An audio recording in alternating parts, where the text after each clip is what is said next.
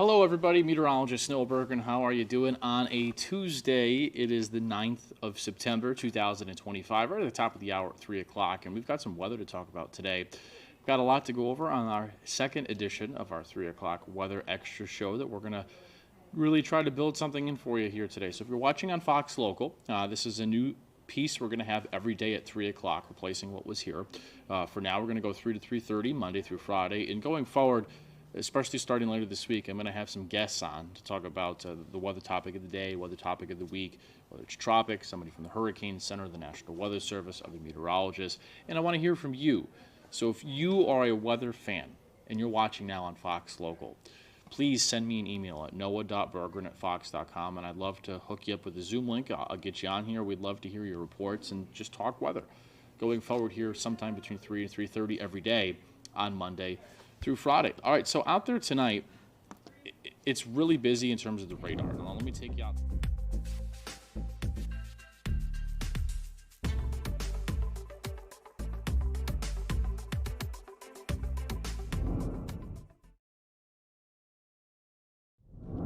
Sorry about that. Pretty ominous clouds out there. So if you look below me, you can see that there's some pretty gray skies, and we're going to have some big storms out there for later this afternoon and this evening. So let me take you on a radar tour. First, here we are at 3:01 p.m. I'll turn on the lightning so you can see there's not a ton of lightning right now.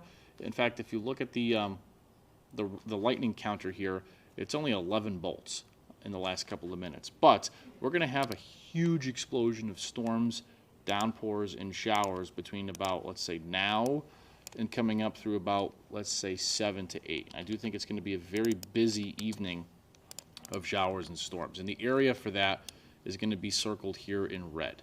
So essentially all of our core area, but especially the villages to Orlando to Satellite Beach, there's going to be a line of storms that forms in here. So essentially right on this line and tracks to the northeast through the evening. So along that line and pushing to the northeast, we're going to have downpours, torrential rains, and storms going through the evening. We put the radar on a loop here so you can see what's going on. And this stuff is nearly stationary. This is the concern for flooding that we have for tonight. I do think there can be pockets of some flooding. We've already seen flooding over the last couple of days, and I'll zoom you in and let you see right over the airport, we've got slow-moving downpours, and notice how they're just reforming over the same areas, and that's going to be the concern as we head to the afternoon and the evening. And the rain rates in here are significant, and this is the concern here. We'll take, let's say, we'll cherry pick a spot here, right by the airport, right? Let's go right by the airport. So right now, the rain rate at the airport is 6.9 inches of rain per hour. And I want you to, I'll loop this 45 minutes, and notice for the last 30 of those 45 minutes, it's been raining almost at that intensity. So if you do, we'll just round up and say 7 inches of rain per hour. We'll do some math here quick. If it rained for 45 minutes, you're going to get 5.2 inches of rain at this rain rate. So it doesn't even need to rain an hour for there to be flash flooding. And that's going to be the concern through the evening, is that these waves of rain just reform and reform over the same areas. Good news in terms of anything severe, not seeing anything in there right now, but it would not surprise me a little bit later if we had a brief funnel cloud or a weak tornado, because the atmosphere is a little bit prime for that as we go through the afternoon and the evening. So some downpours over the airport, over towards Bithlow, Wedgefield, and Christmas. A couple of downpours here from Windermere to Dr. Phillips, also right over the Mall of Millennia. Notice again how it's just reforming. Things are really starting to get going. By the villages, some downpours, some rain over Deltona right now. And you can see right there over Shell Road to Berry Drive, West Highbanks Road, some rain. And bigger rains down to the south of us. And this is going to come in later tonight. Put this on the Tampa radar. There's actually an area of low pressure out over here. Might be a little bit hard to see. But there's some pretty decent rain out across the Gulf here. There's an area of low pressure right here. The winds, remember, blow like this, counterclockwise here, this way here, and that's going to push in a lot of this moisture this way through the evening tonight. And if I turn this on to the satellite, you'll be able to see there's some pretty decent spinach out here. There's definitely low pressure. And if you look close, see the clouds moving this way here, this way here. It's not tropical, and right now the Hurricane Center has not tagged this for tropical development, but it is interesting because if you look here on the tropical page on the Hurricane Center, nothing is expected over the next 7 days. However, Now, there's definitely low pressure here, but it's attached to a front, which is why there's not a yellow blob for tropical development over the Gulf right now. But it is certainly interesting to note that we have that out there right now.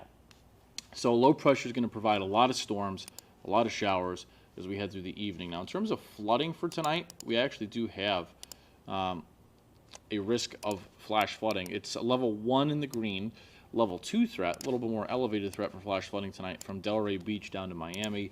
And again, for tomorrow, there's a threat for flash flooding, all the areas shaded in green. Then even Thursday as well, by Friday, this will all go away. So let me show you this is the smoothed rainfall projection from the Weather Prediction Center. I don't know if I essentially agree where they sliced this. I would have put it a little further north.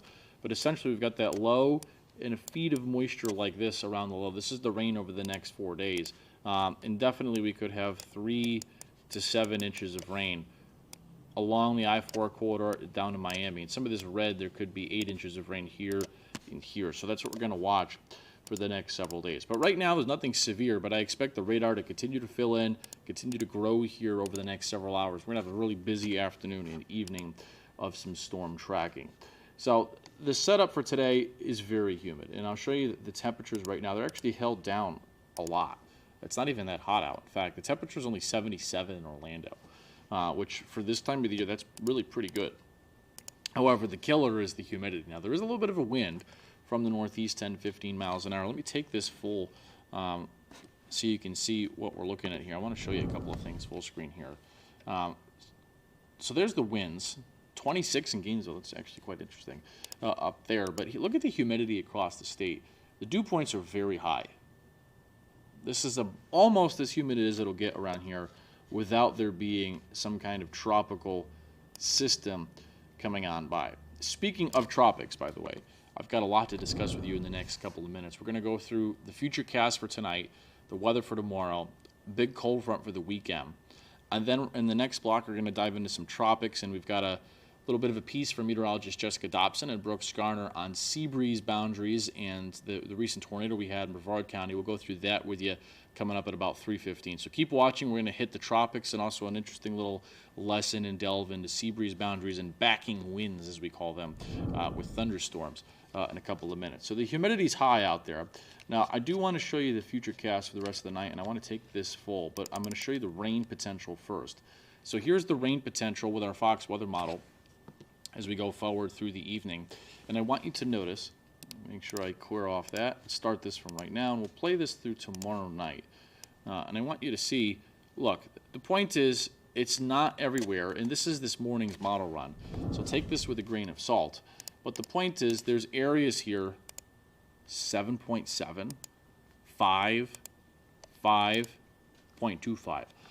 But again, this is a model, it's not gospel, so this 7-inch bullseye could easily be over Orlando or Lake Mary. The way to interpret models in a convective scenario like this with thunderstorms is look at the signal. The signal's consistent that there's going to be these bullseyes somewhere of 3 to 6, 3 to 7 inches of rain. There's bullseye here, there's bullseye here, and one over here that we're going to watch. And this is the rain from today through tomorrow. So the point is, everybody's going to see rain, but some places will get hammered with rain and could get some flooding later this afternoon and then again on tomorrow. Then a front's going to come by once we get into the weekend, and that's going to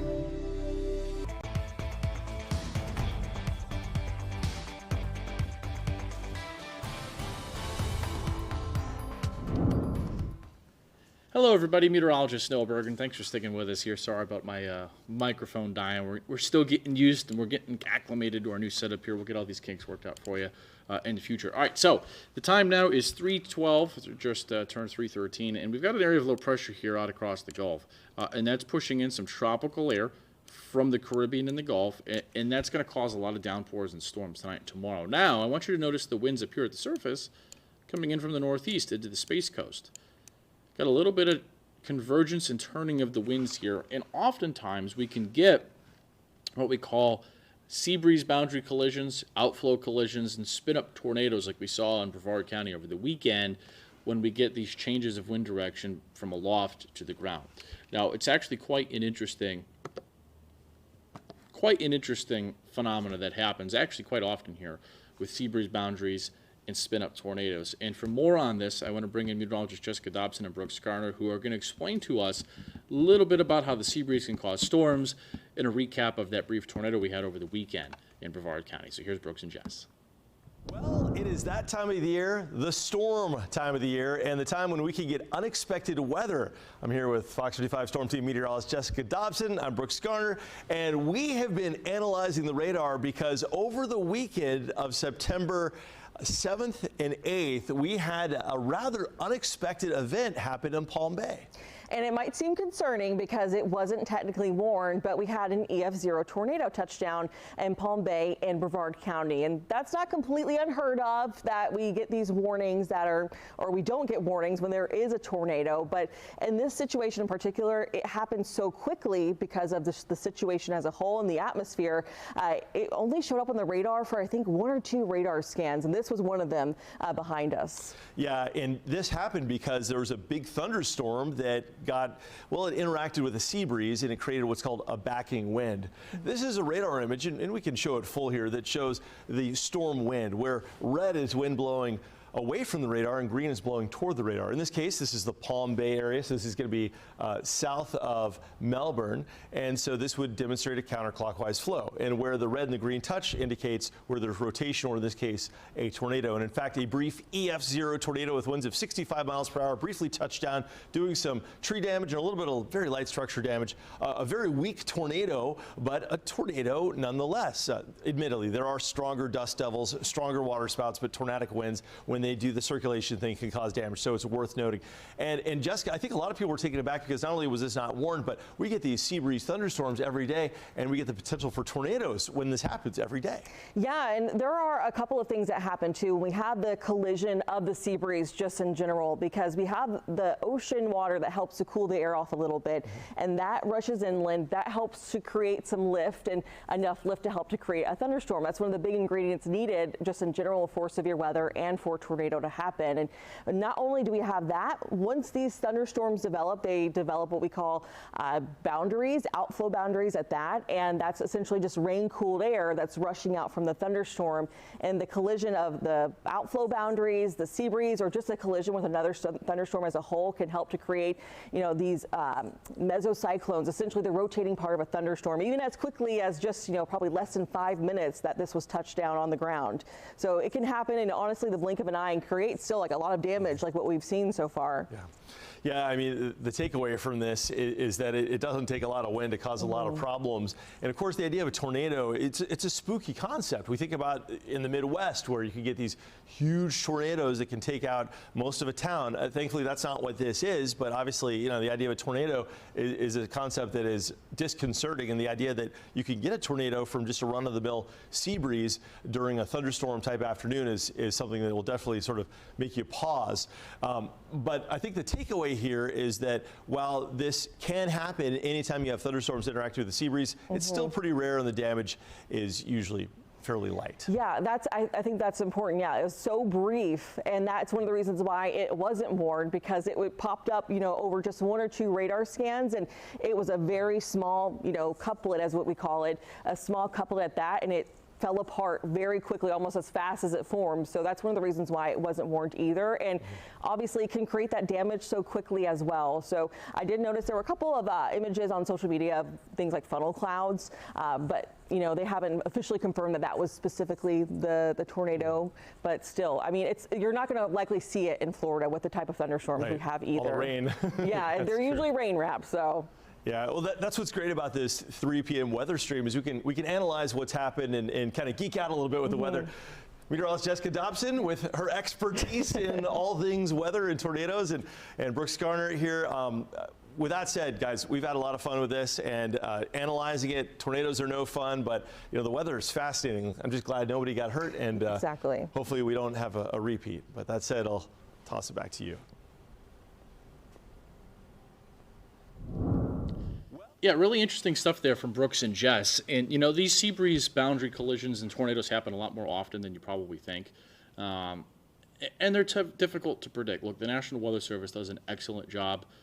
We're friends with the Weather Service here. We have their backs. They have our backs. It's a collaborative effort in the weather enterprise with tornadoes. But specifically for Florida, and I could say this having lived in the Midwest on forecasted tornadoes in the Midwest, it's definitely a different thing here because we don't see big tornadoes here like they do in the Midwest as often. And these weak EF0 tornadoes on sea breeze boundaries happen a lot. So it's really an interesting conversation. I'll talk more about it for you coming up in a second. We're going to take another quick 2-minute break. When we come back, I'll put a bow tie on Brooks and Jess's story about the tornado in Brevard County, and we'll talk some tropics as promised. Statistical peak is tomorrow. We'll go through it much more for you right after this. Stay with us.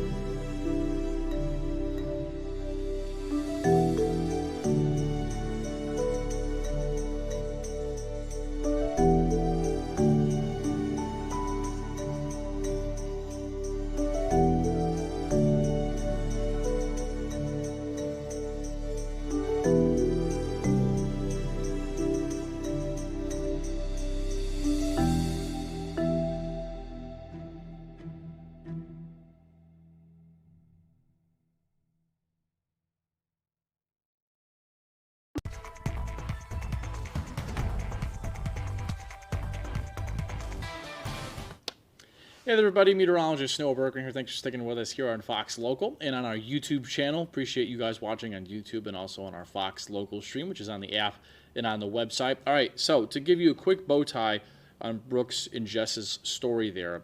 Sea breeze tornadoes, they happen commonly. They're difficult to predict. They're not impossible to predict, but that's why it's important to have following of local weather people like us on the storm team, because we can tell you if there's rotation that might be below the threshold for a tornado warning from the Weather Service, but in an unusual case like over the weekend, could end up spawning a tornado, so at least you know about it. Because the Weather Service, you have to understand, they have criteria and things that they have to meet. And the National Weather Service, they have more angles than we have, and they're the ones issuing the warnings. One of their angles is they're careful to not overwarn. Because if they put a tornado warning out for every single storm that had a weak rotation, you'd get so many tornado warnings, you'd be sick of them, and people would take them not seriously. That's part of the concern for not overwarning. So there is that angle and element for them that they're cognizant of, and occasionally that can have an impact on maybe like this, an EF0 tornado occurs and there was no warning.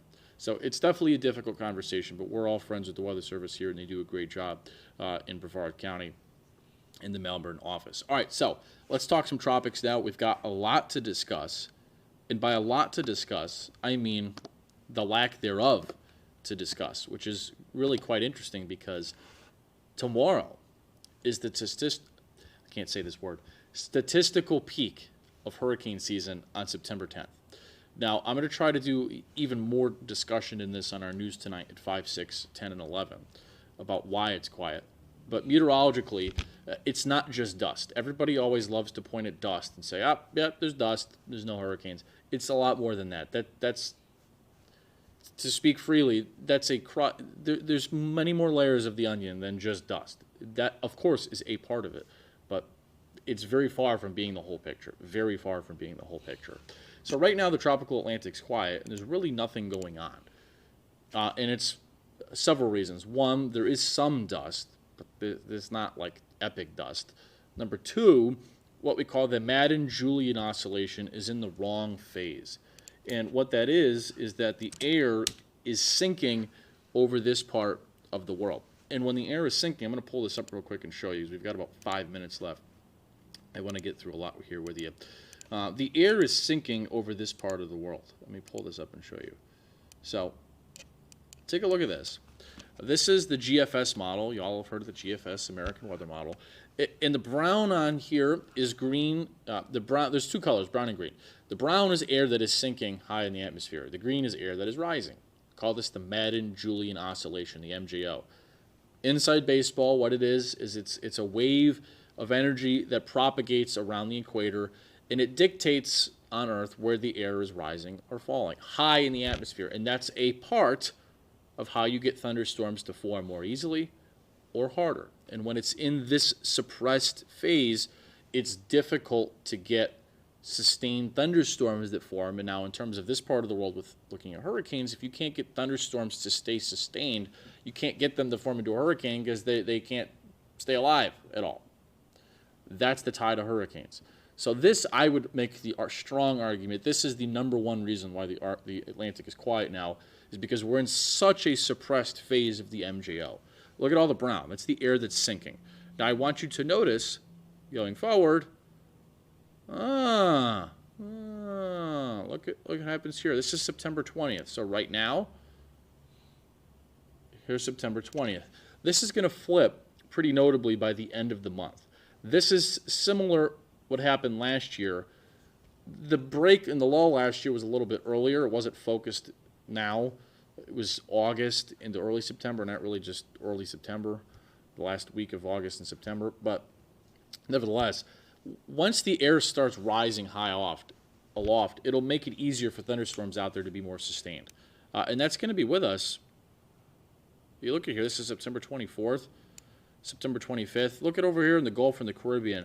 It may really light up the end of the month. That's what I'm watching. Now, in terms of dust, let me show you some dust here. Look, here's the current dust.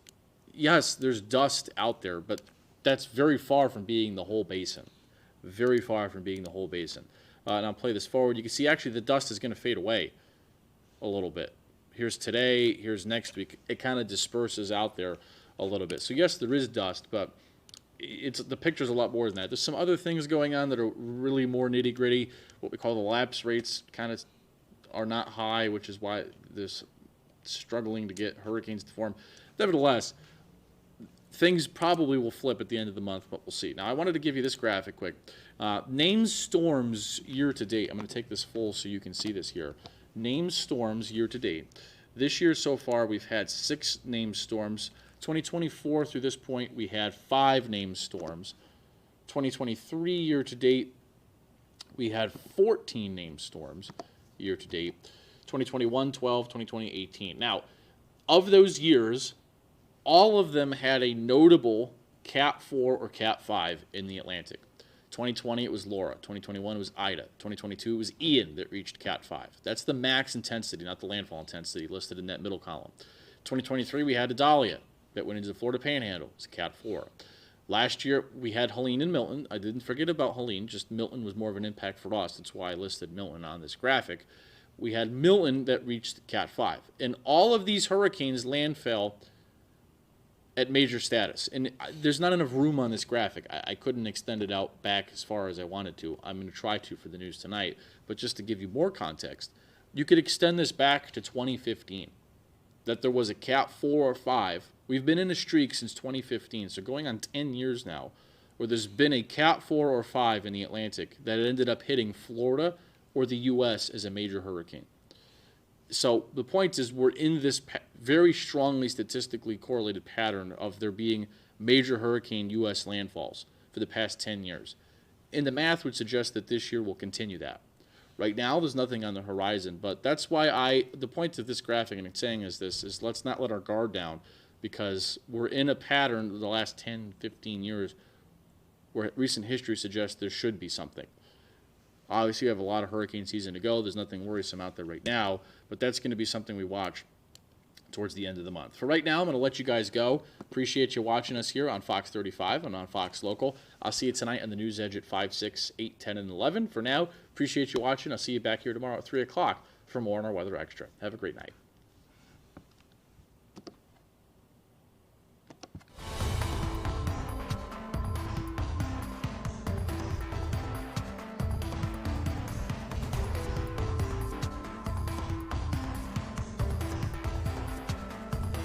We've got Kiko, still a tropical storm technically, and what's left of its wind field is bringing some fringe impacts to Hawaii. We'll get to Kiko in just a moment, but right now, let's start in the Atlantic. Aaron, that's it. The lone hurricane we've had so far this year. It's been oddly quiet. So, Adam, let's dive into some of the potential factors why, and it's kind of like deja vu. I call it the great lull of 2024. Whatever happened last year before things got active. That's a really good point. We had that big gap in a year that we were so sure was going to be really busy. Yeah. Ultimately, it did pick up in a pretty big way. Yeah, it was a little bit odd in the sense that all the preseason forecasts last year were like, this is going to be hyperactive. And we got to the peak of the season.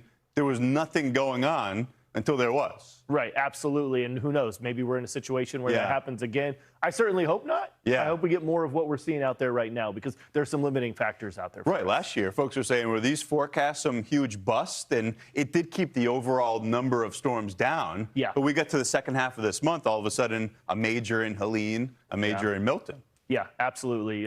Fingers crossed that's not the issue. Yeah.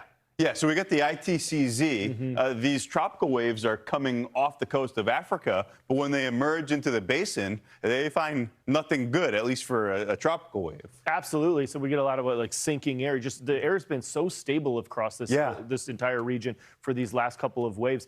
In a way where we had that 90% for the last invest and it vanished. I know that's almost unheard of. Yeah, that was odd. That thing got squished over the weekend. That was that Invest 91L.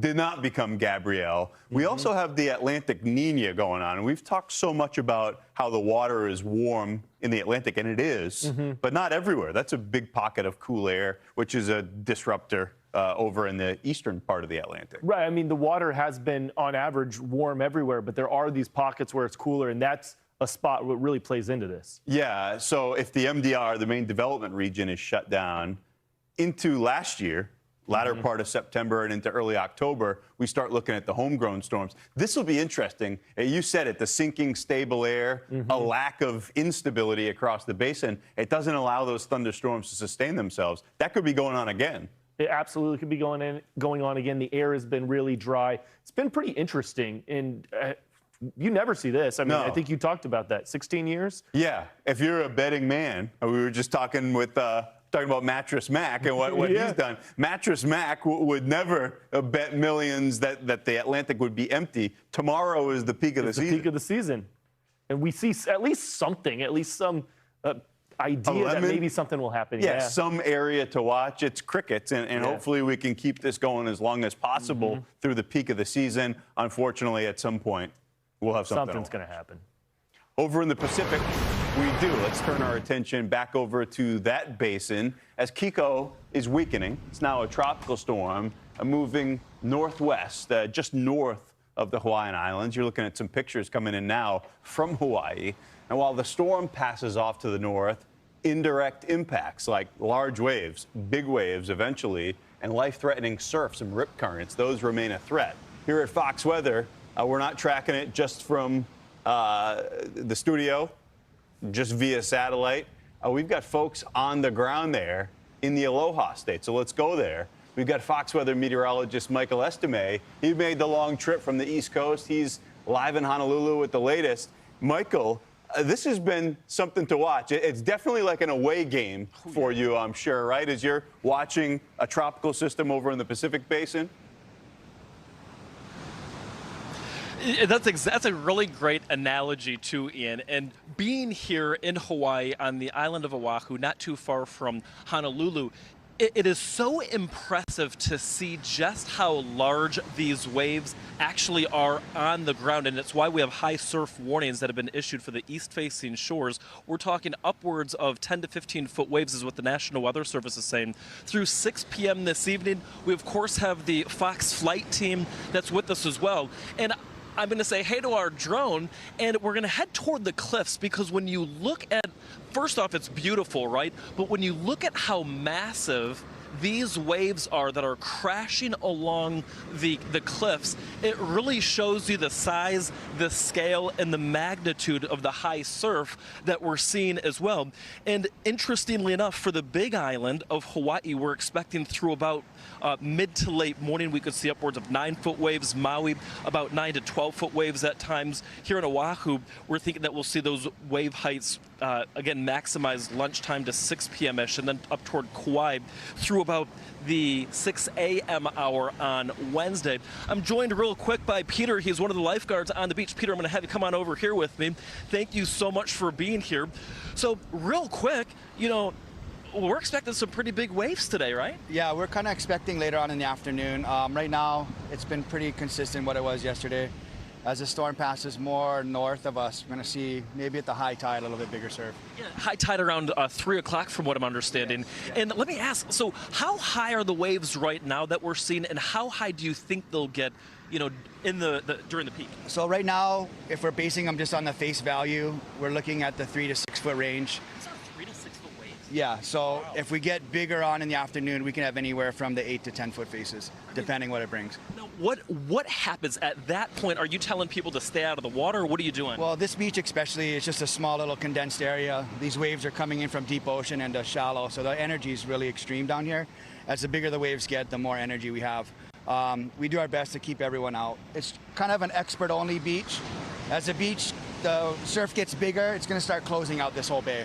So you're not even going to want to go in. There's not going to be any fun waves. It's going to be whitewash running all the way through. Okay, like a big old washing machine? Yeah, so our biggest concern from there is people watching the waves. And what's going to happen is they'll start watching them from up here. If they get a little closer, these waves will come up, sweep them right off their feet, and take them right out. Wow, so you're saying the rip current's also going to be a huge risk, even if you're not necessarily like a surfer? Absolutely, that's our biggest concern. Right in these patches right here, between these berms, the waves are going to come up, they'll sweep you right off your feet, take you right out. Man, oh man, Peter, I know that you've got a busy day, not just today, but also tomorrow ahead of you too, right? Yeah, correct. So this is going to be anywhere from a 2 to 3 day event, depending. We're kind of used to it down here. The surf gets pretty good size, but you know, we're just anticipating, we're staffing our towers with a little extra manpower, and we might be even staying a little later depending on the activity down here. Yeah, totally makes sense. I'm not going to take you away from your job because you have a huge role over the next 24 to 36 hours. Yeah. Peter, thank you so much, and thank you so much for hanging with us. We really appreciate that. And Ian, you heard it there, one of the lifeguards here on this beach where it's kind of, as he mentioned, experts only, and I totally understand why. Ian, I know that you spent some time in Tampa. I'm down there with my twin all the time. The waves here, I know he said 3 to 6 footers. Man, these are quite impressive for only being 3 to 6 foot waves, but as he mentioned too, perhaps upwards of 10 feet later on this afternoon. So those high surf warnings, you need to respect those polygons along the 250 miles of coastline here on the eastern shores of the Hawaiian Islands, Ian.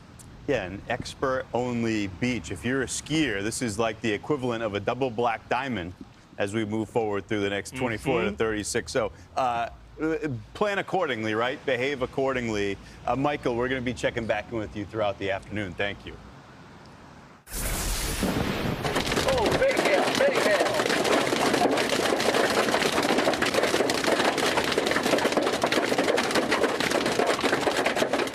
Whoa, that is a video from exclusive Fox Weather storm tracker Brandon Kopic in a familiar spot. He took that last night. Severe storms in Kansas brought flash flooding and hail. And Adam, you've been going through some of these reports.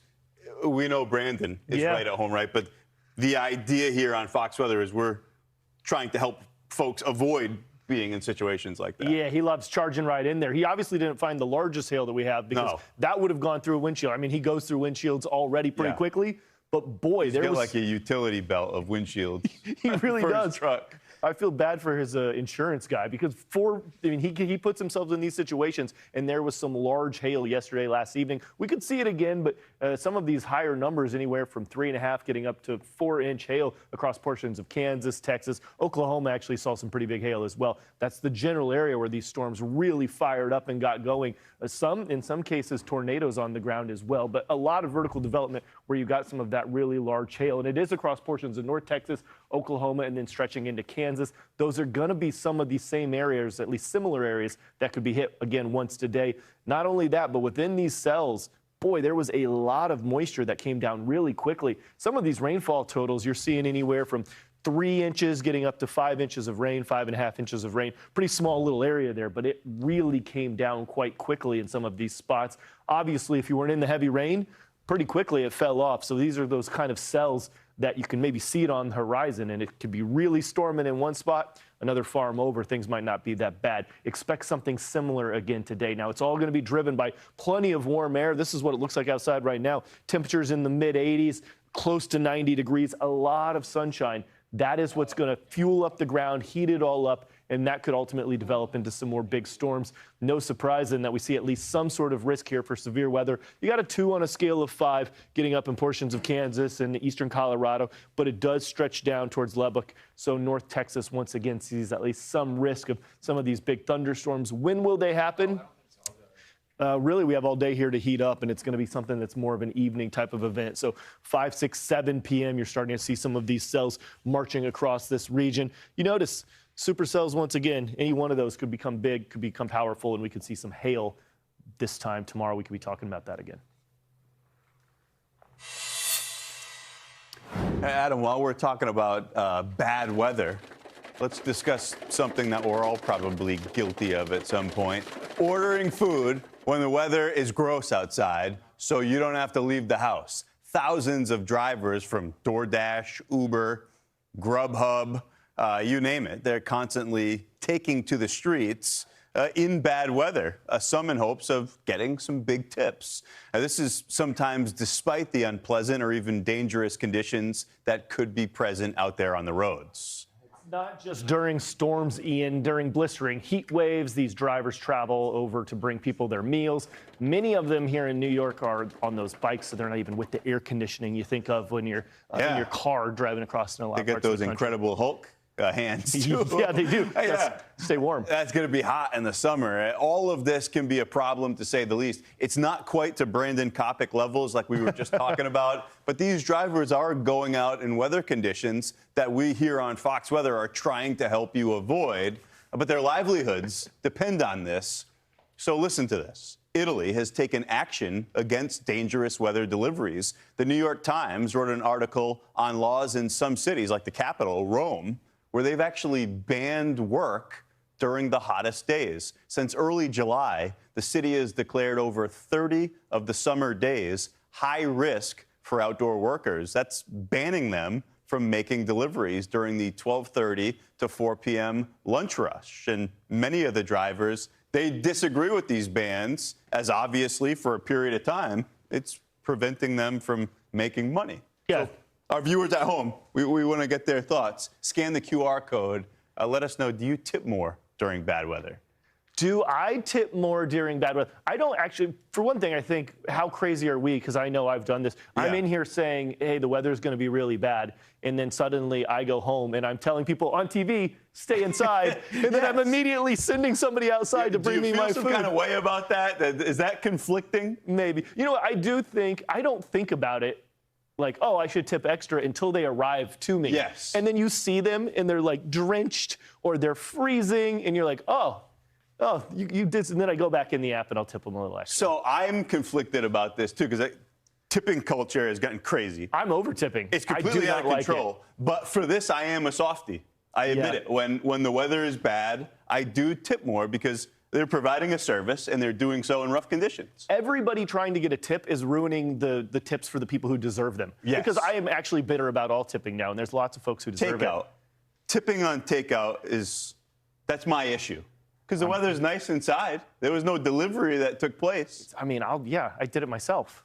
This is like a Seinfeld Larry David conversation. I mean, it works me up. It really does work me up. This could go on for a while, so we got to keep it moving then. So again, if you want to join this chat, we hope you will, scan the QR code at the bottom of your screen. Do you tip more during bad weather? Why? Why not? And since you already have your phone out, did you enjoy this forecast? Make a quick selection before you tap your card or your phone. No biggie. I prefer Bitcoin or gold. Oh, my gosh. Cash works fine, too. Maybe a duffel bag full of money. This is a joke, of course. This is the direction we're headed. But this is what we were just complaining about. Serious. Well, here's what. If you guys see me out, you can buy me a beer. We'll call that my tip. Well done. Yeah, That's it. No one's turning down a free beer. Or, if we're headed this direction. If you'd like to display your blockchain address, that's... Can't do it. Can't do that. All right. Things are quiet out in the Atlantic Basin. We'll get back to our actual job, which we're compensated for. Yeah. And it doesn't involve tipping, which is good. It's quiet out there. We still have loads of hurricane season to go. The potential remains for strong hurricanes. We saw that happen last year. When we come back, we'll hear from the science director of NOAA's 2025 Hurricane Field Program about what's going on out there in the Atlantic. It is bizarre. Keep it here. We'll be right back.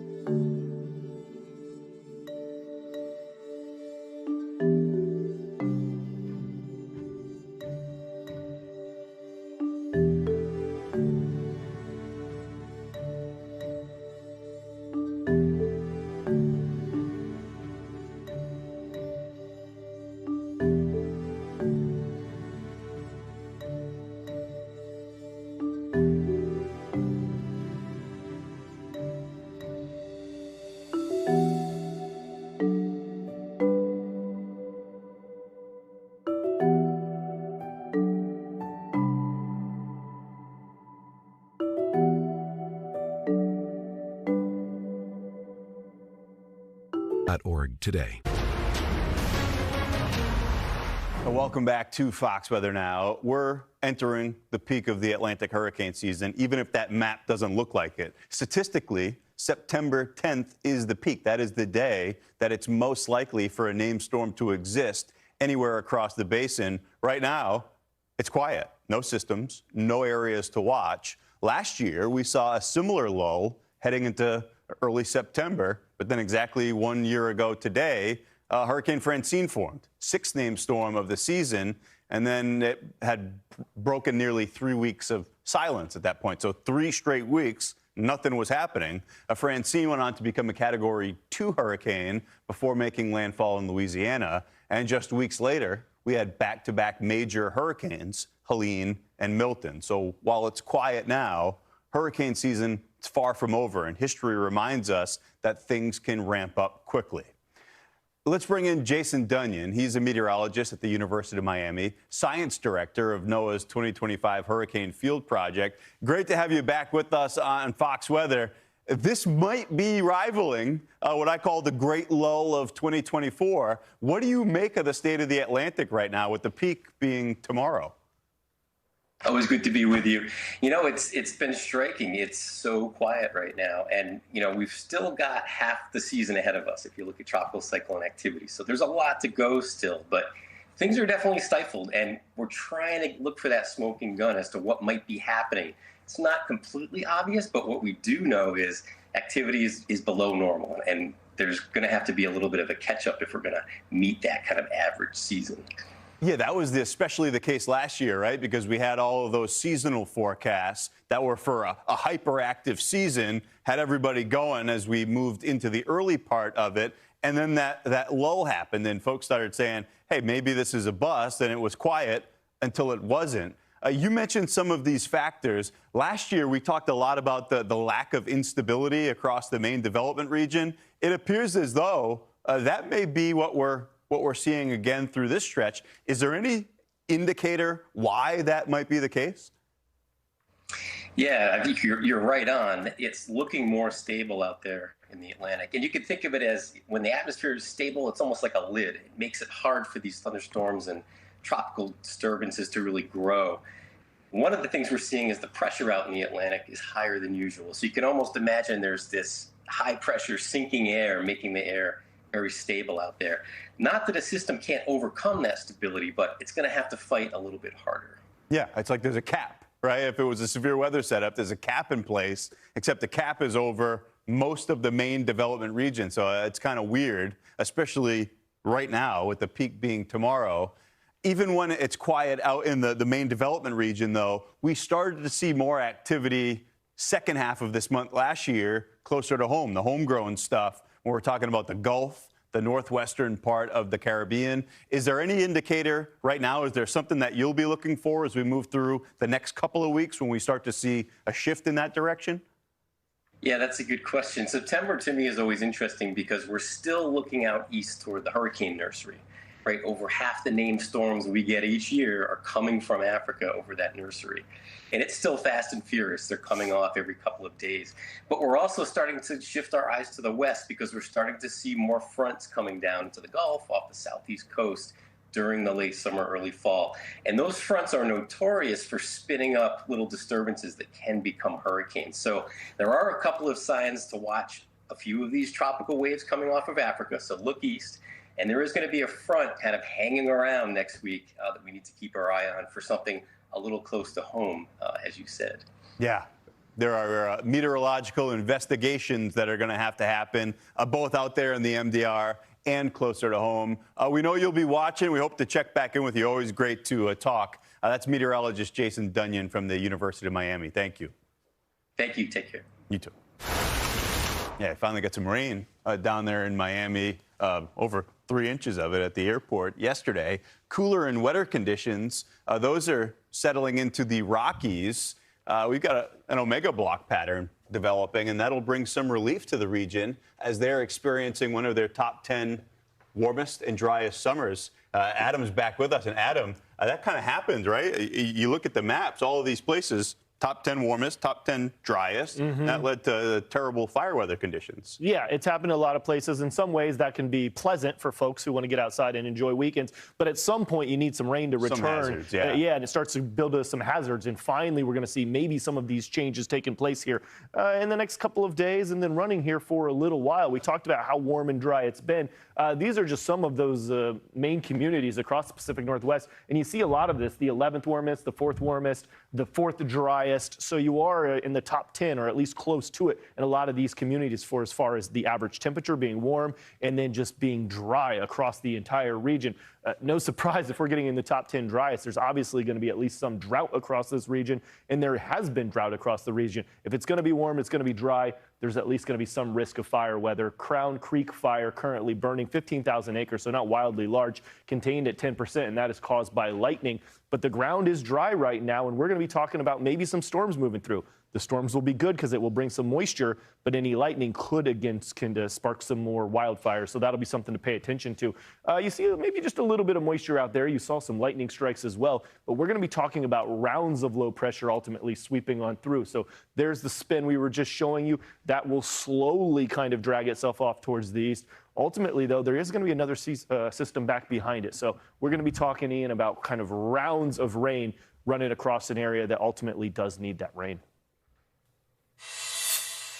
Adam, you mentioned the fall delight we've been experiencing. This has been some run. It's an all-timer we've been rolling on through. It did come with some record lows, frost advisories, parts of upstate New York and New England.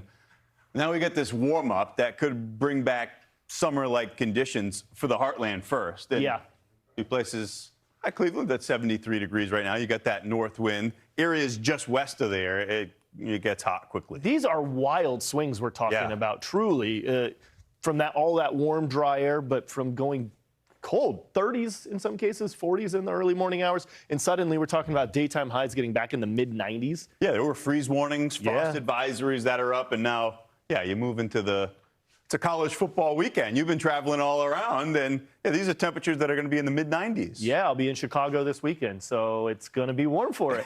there you go. I'll pack some shorts, I guess. Yeah, temperatures way above average. It's almost like you were at summer camp, like it was workouts for college football, not the actual season. 87 in Des Moines come Thursday. Let's get closer to the weekend. We'll see what you're dealing with. 85 Chicago on Friday. There you go. 86. And then on Sunday, or Saturday afternoon, I'm going to be in Oklahoma City. So it is going to be a warm one for me. This is good. Thank you. I appreciate this, Ian. At least at the tailgate. Help me plan. There'll be somebody to help get you a cold beverage. Cool things down. We'll take care of it. Average last 90-degree day in some of these places. Nashville, it's typically September the 15th. Record is October. So this can happen. Yeah, this is closer to average. It was that original cool down that was so unheard of. Yes. Yeah. This is closer to normal. We're back to it. Yeah. You know it. That does it for this hour of Fox Weather Now. Hang around. We got.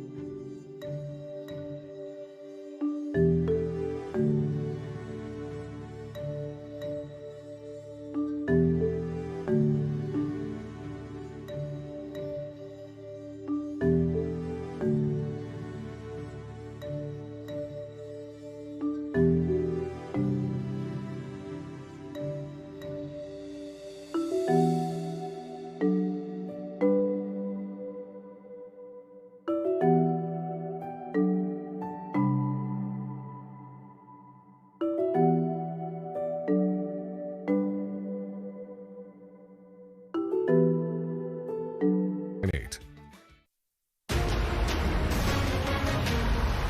Right now on Fox Weather, Tropical Storm Kiko is rapidly weakening. A former major hurricane making its closest approach to the Hawaiian island chain today and tomorrow. But even without a direct impact, the islands are being hit with high surf and life-threatening rip currents. We're live on the ground there at this moment. But as the peak of the Atlantic season is just hours away, the basin may not have gotten the message. It is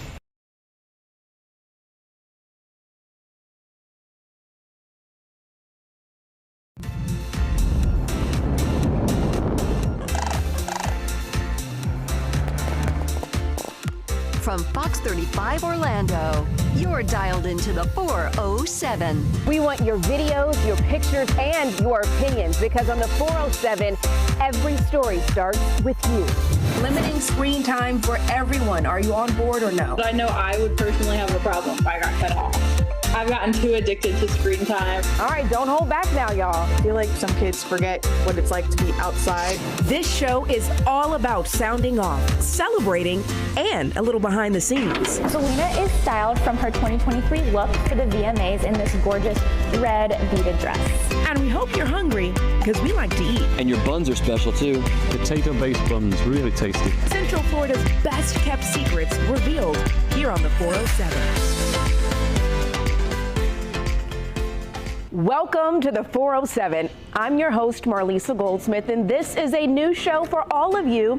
We all know Florida has the Gators and the theme parks, but this place has a lot more too. The world vacations here, and they only get to see a small sliver of the real Florida, and that's where the 407 comes in. From warm smiles at our favorite grocery stores down to the southern swampy charm and just feel-good stories about the people who spread smiles across the community.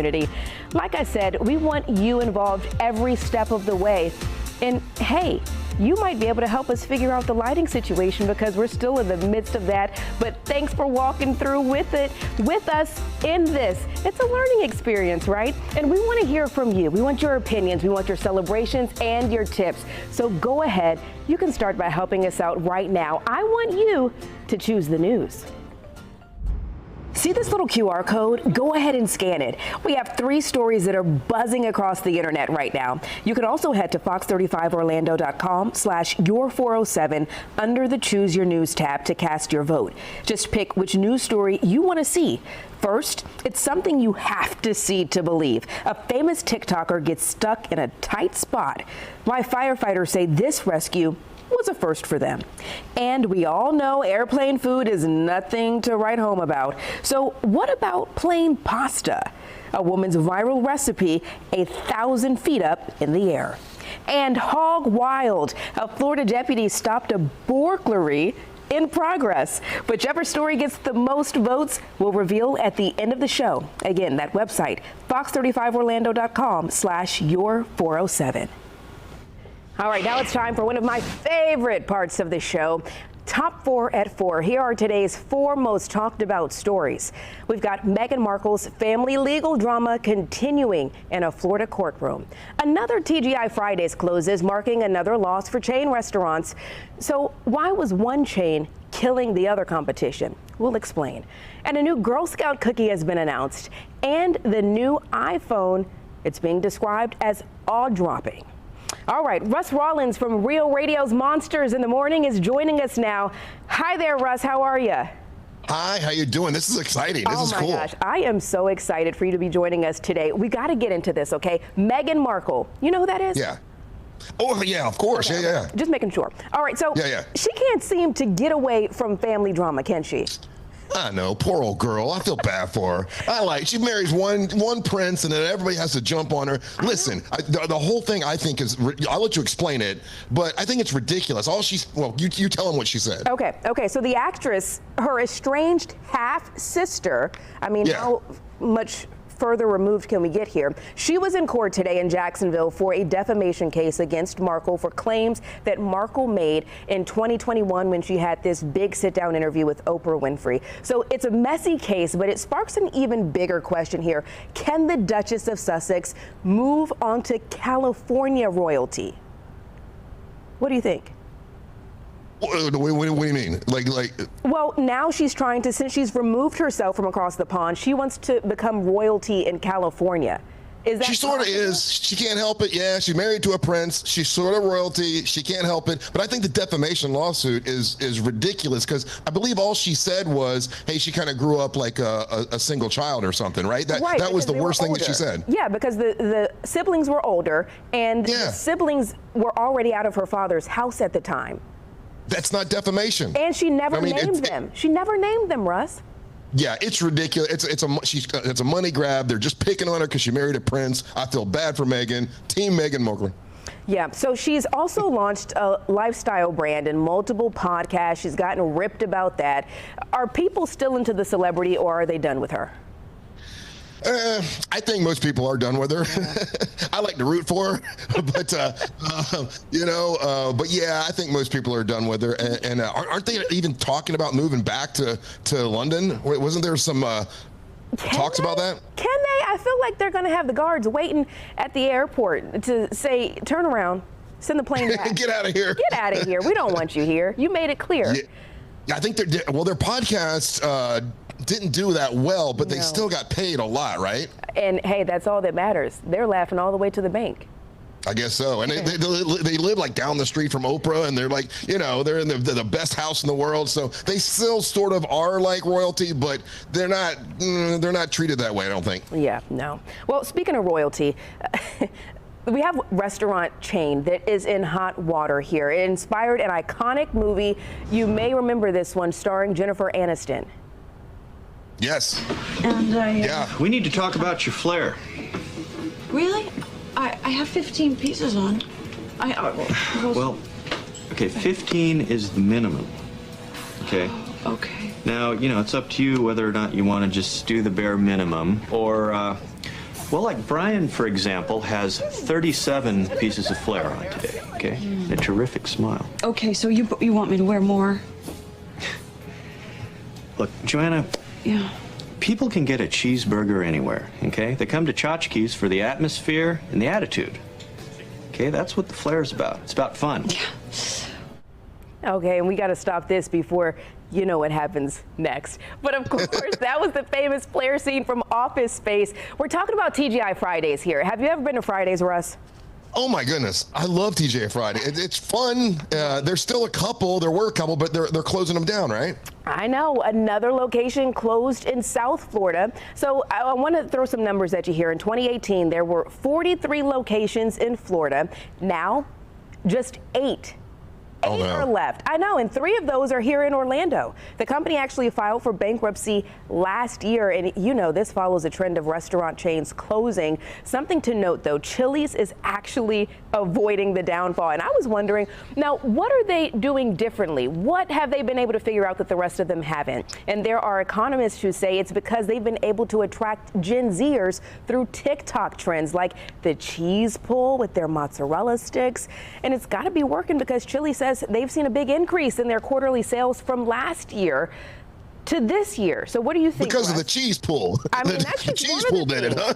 It's just one of the things that they're saying, Russ. Don't shoot the messenger. But have you had the Crispers? I mean, that has me going back. I've not. I like the margaritas. The margaritas are pretty good. That's why I go there. And we can. And here's the thing: when me and my wife go, we can play games. There's a game that you can play, like with the little thing that you check out. Whenever you want to pay, that little screen, you can play trivia. And my wife and I will sit there and play trivia against everybody in in Central Florida. And I don't know, it's sort of fun. We like it a lot. I got to tell you, the last time we got scammed by my own 4-year-old, the bill came. And I said, what is this $5 charge on here? She was sneaky, and she pulled the games up without even asking me or her dad. So next time, you need to call up Mr. Russ and have him take you to the Chili's with his wife. Yeah, I'll do it. Play the games. I do like to play the games. Okay, Russ, here's the third story. There is a new cookie in town. Girl Scouts unveiled their new flavor. It's called the Explore Moors.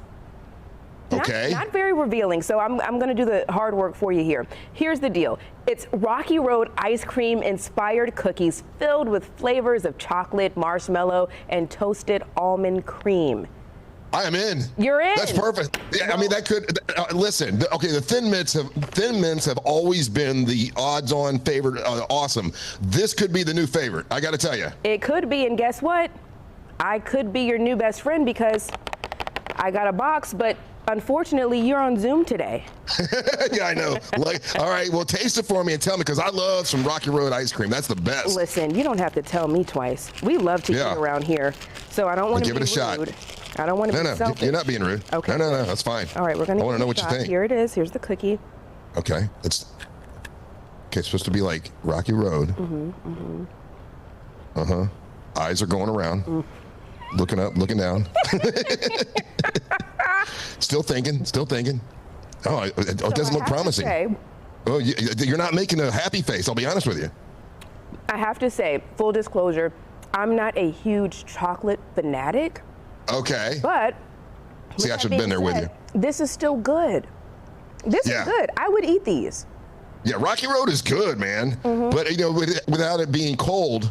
Oh, now you put those in the freezer. That's what you do with the Thin Mints, right? You put them in the freezer, put that in the freezer, and oh man, I got to get me. Now I got to find some Girl Scouts. Well, we have a second pack in here. We can save those. I can throw them in the freezer. Drop by the station tomorrow.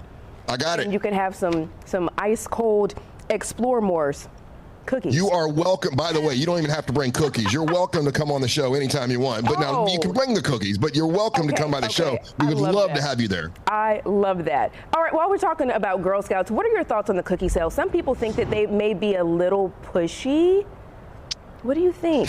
Times have changed. When I was a brownie, that's as far as I made it because I couldn't hang with them. But when I was a brownie, we had to be outside of the stores. We were door knocking, going up and down the street, had to go to our parents' jobs.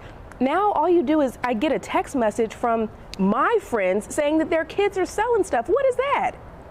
Yeah, that's not as hard as work, and it doesn't teach a lesson. No. But I got to be honest with you, when they're sitting outside of the grocery store and they're kind of begging you, I got to pretend like I'm looking the other way. I like it if I've got a friend that's got a daughter and they're selling cookies and I can support a friend. Yes. I like that. I really kind of don't like the pushy thing outside of the grocery store, but that might be me sounding like an old man. But I just like, because I don't want to disappoint them. But a lot of times I don't have cash on me. You know what I'm saying? Now they take Cash App, Venmo.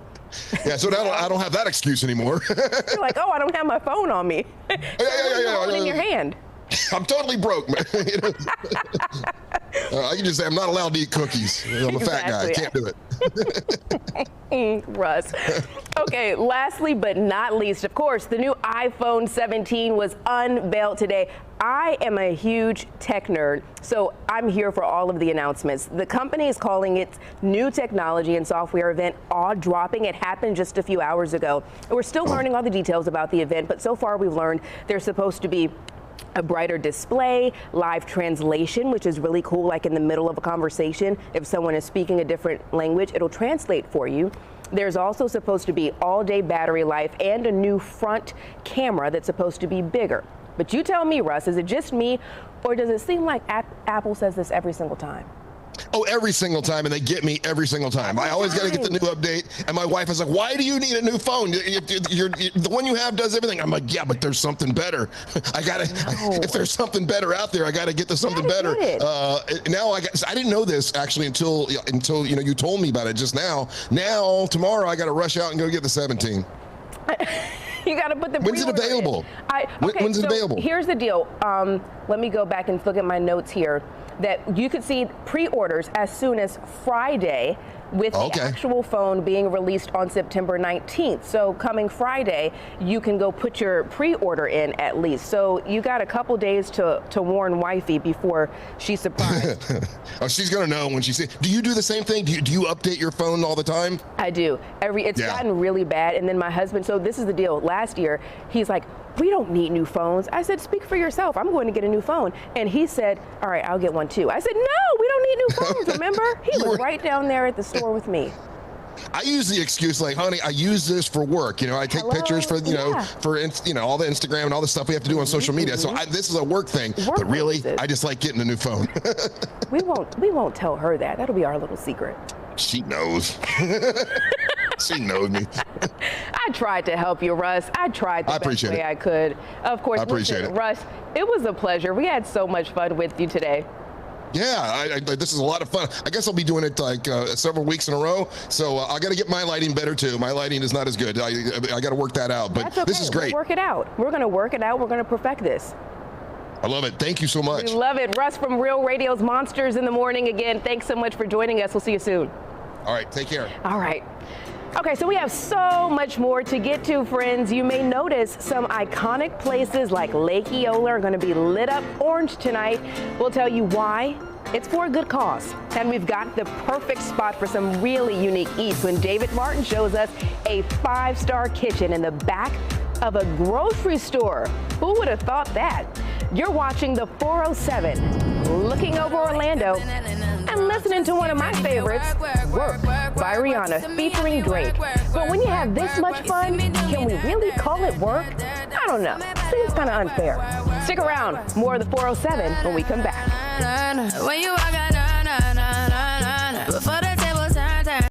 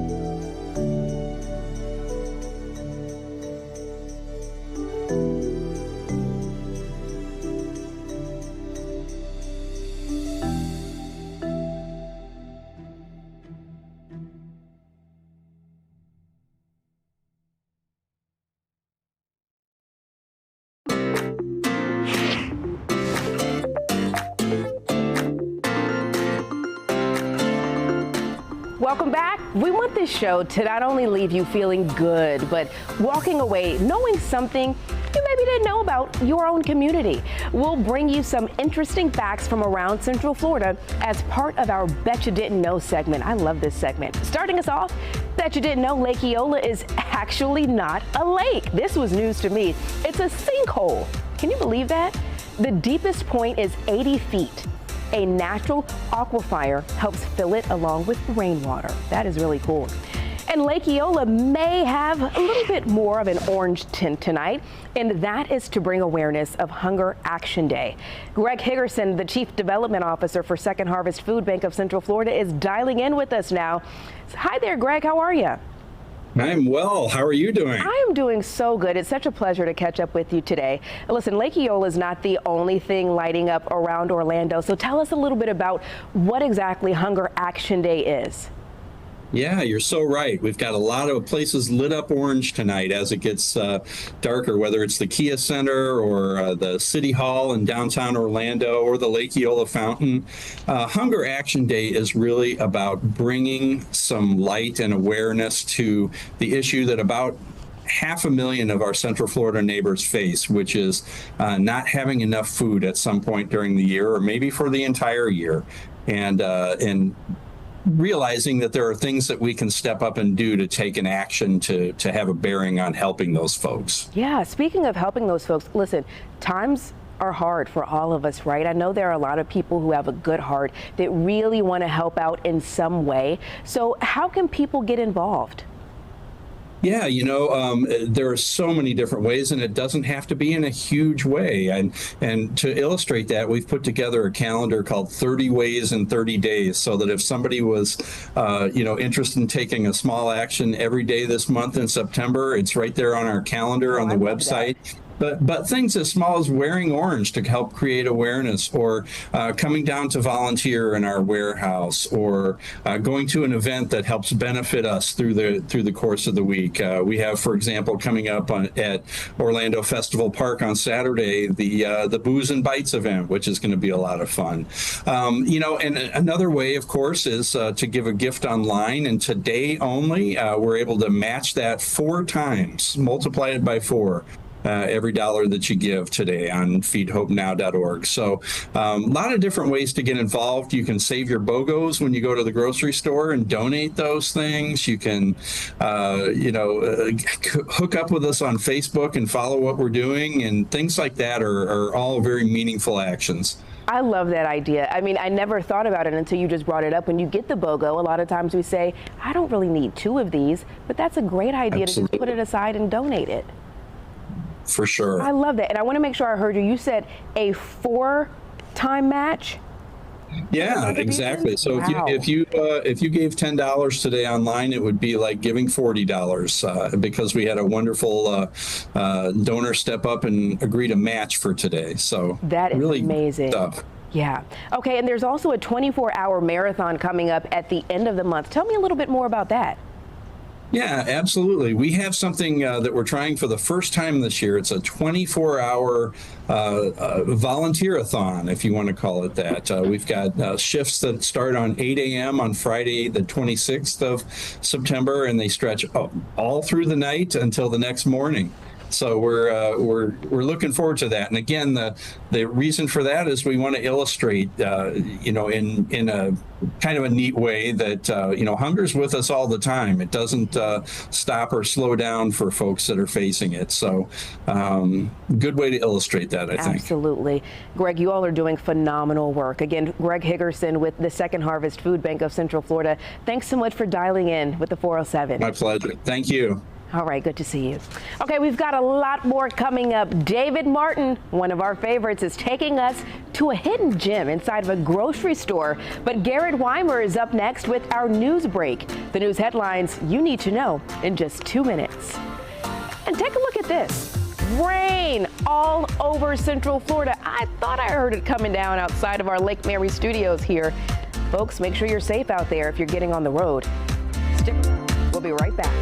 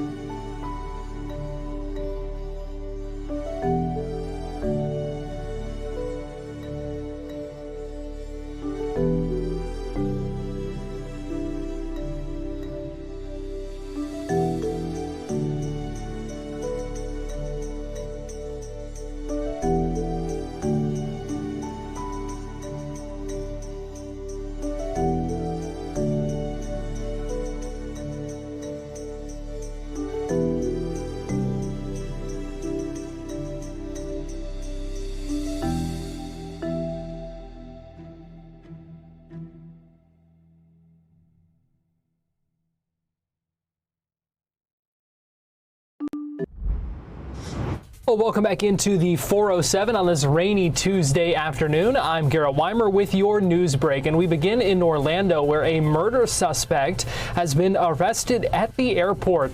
Officers with Customs and Border Protection arresting this murder suspect at MCO just moments after he landed. We're talking about Janoy Fid. According to the Orange County Sheriff's Office, they say he had shot a man in the head after a brief dispute at a 4th of July party. Detectives ended up getting a warrant to track his phone. They tracked him all the way to Jamaica, where they said he is from. You see this picture here, though. He was arrested shortly after coming back to town, landing at MCO, being arrested by those CBP officers, and then handed over to the sheriff's office. So back in custody, a murder suspect arrested after landing at the airport. Our second story today, and a man accused of using a stolen ID to get nursing jobs across Central Florida. Joseph Kinney made his first appearance in court this afternoon. According to the Volusia County Sheriff's Office, they say he used a stolen ID to apply for jobs across Central Florida. This is body camera video of his arrest yesterday. They say he used to be a licensed nurse in Florida, Alabama, California, but his license was revoked a couple of years ago over allegations that he repeatedly was diverting drugs from his employer, some other incidents as well. He had apparently been working 2 positions, each for less than a week, one in Seminole County, one in Orange County, and then a nurse hiring manager contacted the Volusia County Sheriff's Office. Detectives opened an investigation, posed as a hiring coordinator, set up a fake job interview for yesterday afternoon, and then there's this body camera video showing him being taken into custody after that. He is now facing 2 charges, and his bond today set at $20,000. Finally, is Orlando's Major League Baseball dream dead?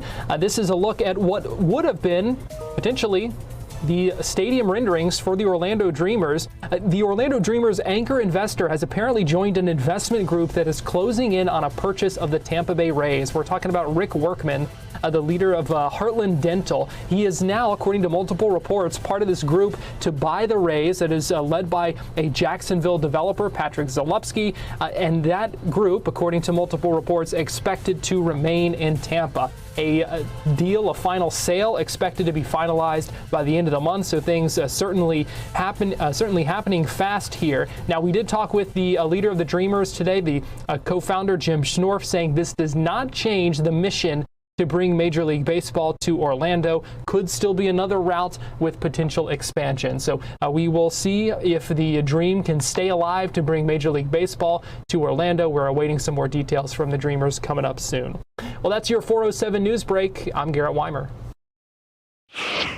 And you don't want to miss this. Coming up, we're taking a look at a hidden gem inside of a local restaurant. The 407 will be back in just 2 minutes.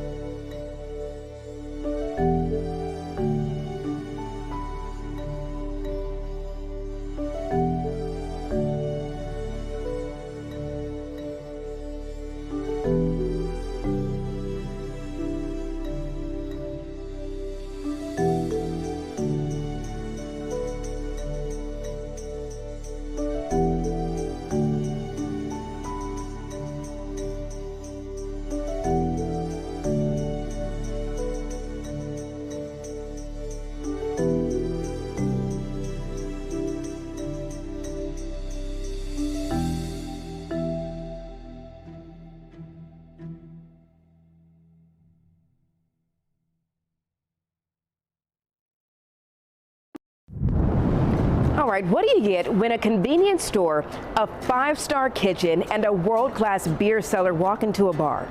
You get Uppsala Grocery. No, I'm not joking. It's actually what David Martin's dishing up on this episode of Central Florida Eats.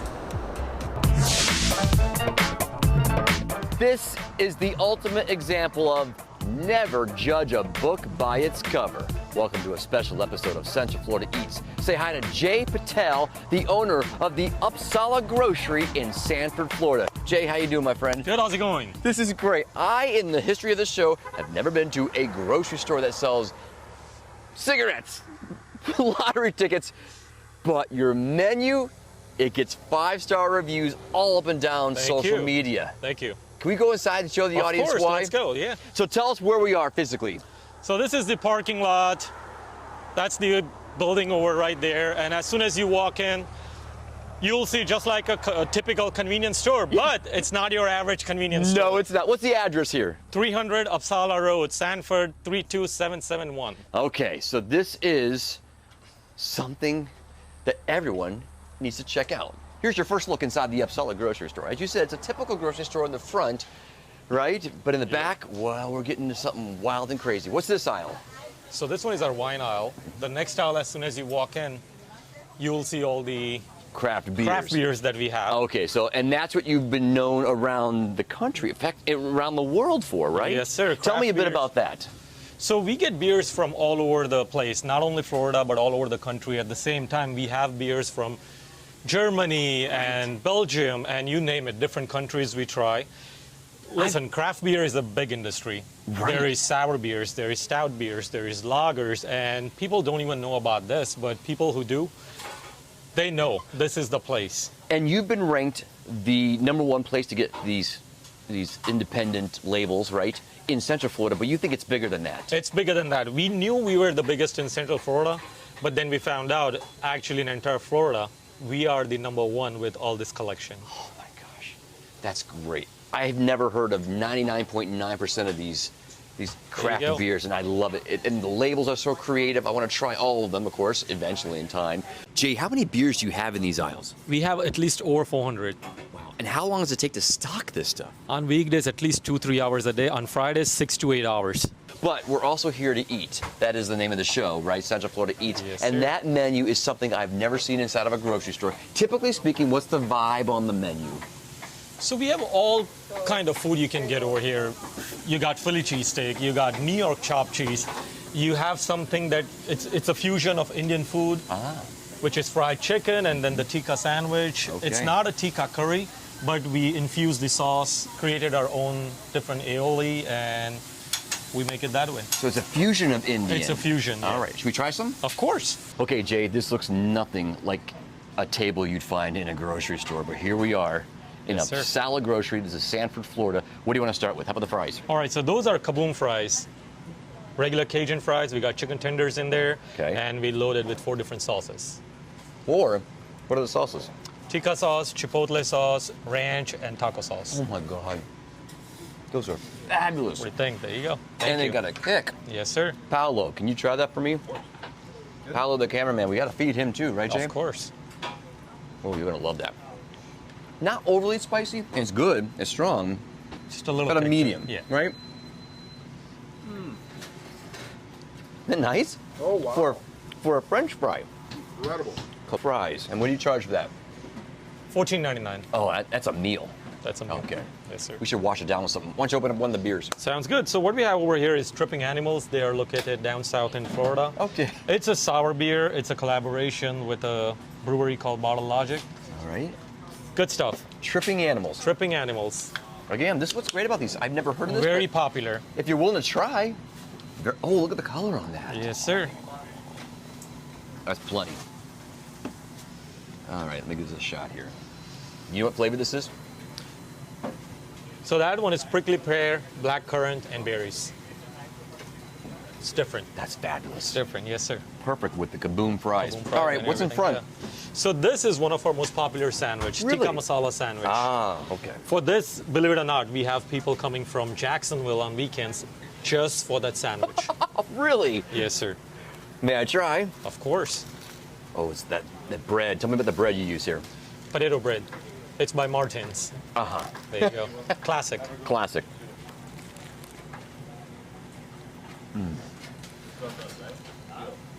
Oh. From the moment it gets near the mouth, this You can spices. smell the aroma and everything. Now I know why people travel from all over the state for that sandwich. Perfect. What's gonna go good with that is gonna be the butterbeer by Spanish Marie.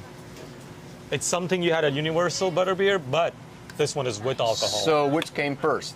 The J.K. Rowling version of butterbeer or this? J.K. Rowling. Okay. I wonder if they have the rights to use the name. Doesn't matter. We're gonna grant them the rights because that looks fabulous. What a color on that. Let me get a picture of that real quick. Of course. Wow. All right. This is Spanish Marie's butter to beer. Yes, sir. Okay. Wow. Actually tastes like butterbeer. Yeah, that's what butterbeer should Yep. taste like. Yep. Paolo, you want to try this sip of it here? That's twice. He's got to try that. Oh, man. Jay Patel, what a menu. What a delight. What do you think? Wow. Yeah. Woo. They should sell this at theme parks, at the Universal parks. I know, right? People would enjoy it. They would love that. Yeah. All right, next up, how about this in front of you? So this one was a request from a lot of customers moving from up north. All right. They wanted a chopped cheese, a classic New York style chopped cheese. Chopped cheese? I've never heard of that. So it's 3 burger patties, onions, a little bit of seasoning, and then we have our own chopped cheese sauce, topped off with lettuce, tomato, ketchup, and mayo. Now that's a